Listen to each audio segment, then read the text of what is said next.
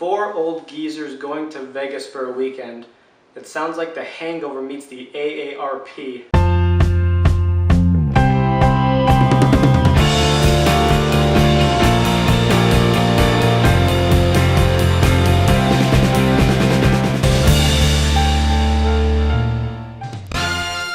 So, Las Vegas stars Robert De Niro, Michael Douglas, Kevin Kline, and Morgan Freeman in the movie were four old friends kind of get together and go to Vegas for a weekend because Michael Douglas's character is getting married to like a 30-year-old chick. I was expecting a Hangover with old people, and it wasn't. It was actually kind of good. There was an internal drama between like the four characters, especially two of them, which was pretty decent. It was a decent stuff, and the acting was good.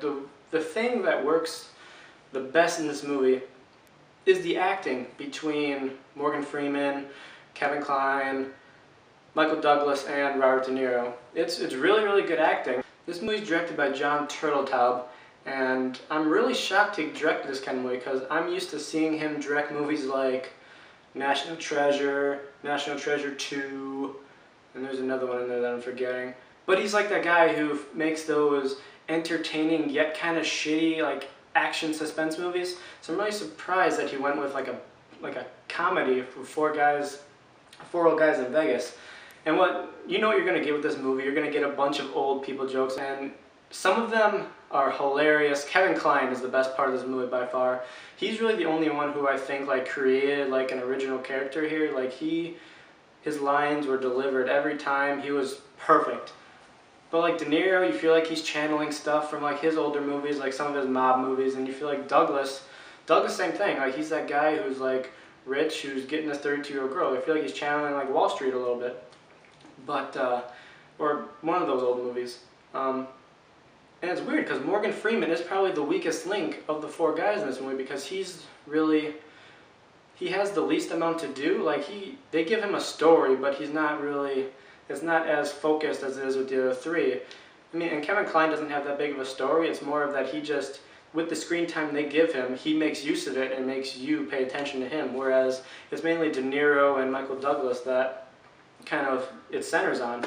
And what's weird is that the movie is focused on Michael Douglas, yet he probably speaks the least amount of anyone. I mean, for all I know, they could have given him less to do because he was still suffering from throat cancer from going down on girls too much. I don't know. The internal struggle between De Niro and Douglas is good.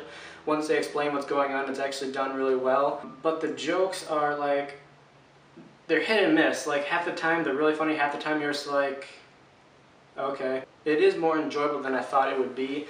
I didn't have high expectations because I was thinking that it was going to try to be The Hangover but with old people and it wasn't going to work. But that's not what it was trying to be. It's